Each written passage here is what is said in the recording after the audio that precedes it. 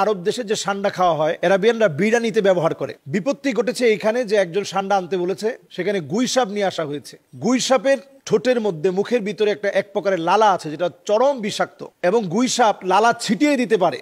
যদি সে প্রচন্ড ভয় পেয়ে যায় এবং মনে করে যে আমাকে যে কোনো সময় আক্রমণ করা হবে, তখন এই বিষাক্ত লালা ছিটিয়ে দেওয়ার মধ্য দিয়ে আপনি কিন্তু ক্ষতিগ্রস্ত হবেন এবং আপনি এই বিষক্রিয়ায় নানাভাবে আপনার প্রাণ চলে যেতে পারে। এই জন্য গুইসাপ আর সান্ডা একেবারেই এক না। সান্ডা খুবই শান্তশিষ্ট, একটা খুবই নিরীহ, গুইসাপও নিরীহ, কিন্তু গুইসাপের খাবারের প্রকৃতি আর সান্ডার খাবারের প্রকৃতি ভিন্ন। গুইসাপ হচ্ছে মরা মুরগি, মরা ছোট ছোট কোনো কীটপতঙ্গ, এমনকি ডিম, সাপের ডিম পর্যন্ত সে খেতে পারে। আর সেখানে সান্ডা হচ্ছে শুধু লতা পাতা গাছ, এই ছোট ছোট লতা পাতা খেয়ে বেঁচে থাকে, এবং বসবাসের প্রকৃতিও সম্পূর্ণ ভিন্ন।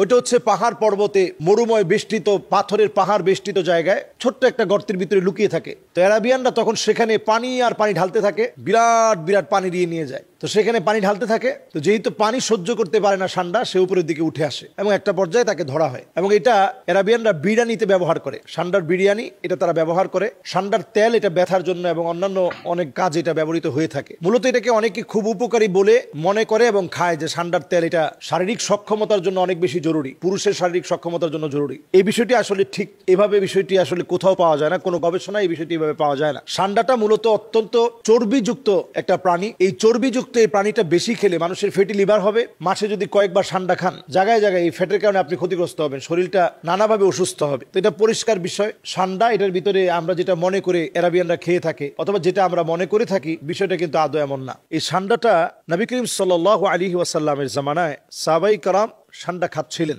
নবীজির সামনে উপস্থাপন করা হয়, নবীজি খায়নি, তবে নবীজি নিষেধ করেনি। তো এই দৃষ্টিকোণ থেকে পরিষ্কারভাবে বোঝা যায় যে নবীজি যা নিষেধ করেনি সেটাকে আপনি নিষেধ করার কোনো সুযোগ নেই। নবীজি নিষেধ করেনি, নবীজি বলছে ঠিক আছে তোমরা খাও। সহিহ মুসলিমে একটি হাদিস এসেছে, নাহা রাসূলুল্লাহ সাল্লাল্লাহু আলাইহি ওয়াসাল্লাম আন আকলি কুল্লু যী নাবিন মিনাস সাবঈ। নবী করিম সাল্লাল্লাহু আলাইহি সাল্লাম নখ বিশিষ্ট, খোর বিশিষ্ট, যেগুলো হিংস্রতার সাথে মানুষকে আক্রমণ করতে আসে, এগুলোকে খেতে নবী করিম সাল্লাল্লাহু আলাইহি সাল্লাম এই জাতীয় প্রাণী খেতে নিষেধ করেছেন। সহিহ মুসলিমের এই হাদিসটি অনুযায়ী আসলে অনেকে সান্ডাকে, হানাফি মাযহাবের ফতোয়া হচ্ছে যে এটাও যেহেতু মানুষকে অন্তত ক্ষিপ্রতার সাথে আক্রমণ করতে আসে, আপনি দেখবেন ফুসফুস করে আওয়াজ করে, এজন্য হানাফি মাযহাবের ফতোয়ায় এটা খাওয়াকে পছন্দনীয় মনে করা হয় না। অন্যান্য মাযহাব অনুযায়ী এটার ব্যাপারে তারা নিষেধ করে না।